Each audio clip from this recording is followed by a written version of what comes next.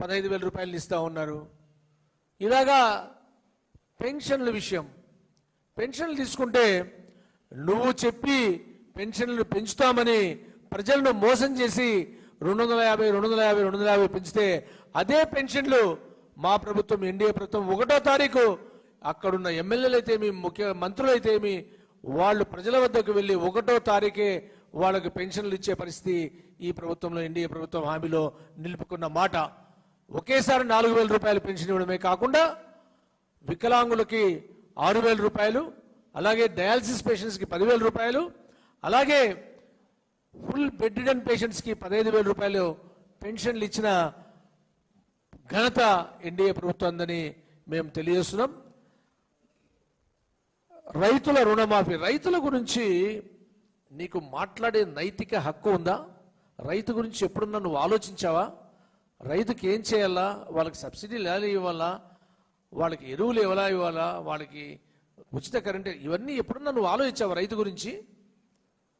మా పవన్ కళ్యాణ్ గారు అధికారంలో లేని సమయంలోనే కౌలు రైతులు కుటుంబాలను ఆదుకోవాలని దాదాపు ఆత్మహత్య చేసుకున్న 3,000 మంది కుటుంబాలకి పవన్ కళ్యాణ్ గారు దాదాపు 30 కోట్ల రూపాయలు, అంటే ఒక్కొక్క కుటుంబానికి 1,00,000 రూపాయలు ఇవ్వడమే కాకుండా ఆ కుటుంబంలో కొంతమంది వాళ్ళ పిల్లల గురించి అడిగితే వాళ్ళని దత్తత తీసుకున్న పరిస్థితి పవన్ కళ్యాణ్ గారిది. అధికారంలో లేకనే రైతు కుటుంబాలను ఆదుకున్న నాయకుడు పవన్ కళ్యాణ్ గారు.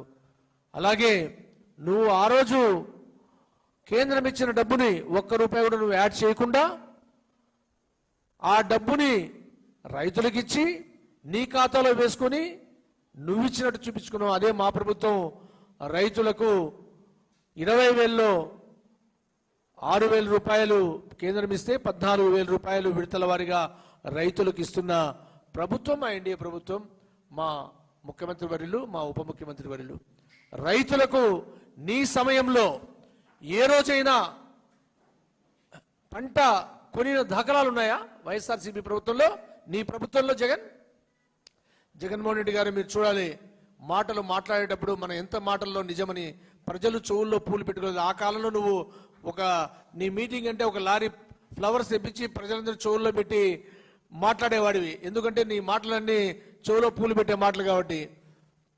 అదే మా ప్రభుత్వం వచ్చిన తర్వాత రైతుల దగ్గర నుంచి ధాన్యం కొనుగోలు చేసిన 24 గంటల రూపాయల్లో 24 గంటల్లో వారి ఖాతాల్లో డబ్బు జమ చేస్తున్న ఇది ఘనత ఎన్డీఏ ప్రభుత్వాన్ని. రైతుల గురించే మాట్లాడే నైతిక హక్కు లేని వ్యక్తి జగన్మోహన్ రెడ్డి గారు మీరు. అలాగే ఎస్సీ ఎస్టీ బీసీ మైనారిటీస్, ఓరి పాసుగుల ఏం మాట్లాడినారయ్యా? ఏనాడైనా ఎస్సీ ఎస్టీల గురించి ఆలోచించావా? అత్యంత ప్రమాదకరంగా ఎంతటి దుర్మార్గమైన పని చేశావంటే ఎస్టీ సప్లై నిధులను మళ్లించావు. అవేమో నవరత్నాల కోసం నీ యొక్క బూటకపు హామీలని నువ్వు నిజం చేయడానికి కోసం చేయాలని ప్రయత్నంలో ఏం చేయలే. నీ హామీలు ఏవి నువ్వు నిరూపించలే. చెప్పావు కదా, అమ్మ ఒడి అన్నావు, అందరి పిల్లలకి ఇస్తా అన్నావు, ఇవాళ ఒకరికి ఇచ్చావు. రుణమాఫీ అన్నావు, 2,000 పెంచుతా అన్నావు, 250గా పెంచావు. నీ నవరత్నాలు కాదు, అవి నవరంధ్రాల్లో ఆ రోజు ప్రజలకు రక్తం కారేటట్టు చేశావు. కాబట్టి నిన్ను 11 సీట్లకు ప్రజలు పరిమితం చేశారని మరొక్కసారి తెలియజేస్తున్నాం. నువ్వు ఆనాడు ఎస్సీ ఎస్టీ సప్లై నిధులను దారి మళ్లించావా లేదా అని మేము నిన్ను అడుగుతున్నాం. దీనికి ఆన్సర్ నువ్వు చెప్పాల్సి వస్తుంది. అలాగే దుల్హన్ పథకం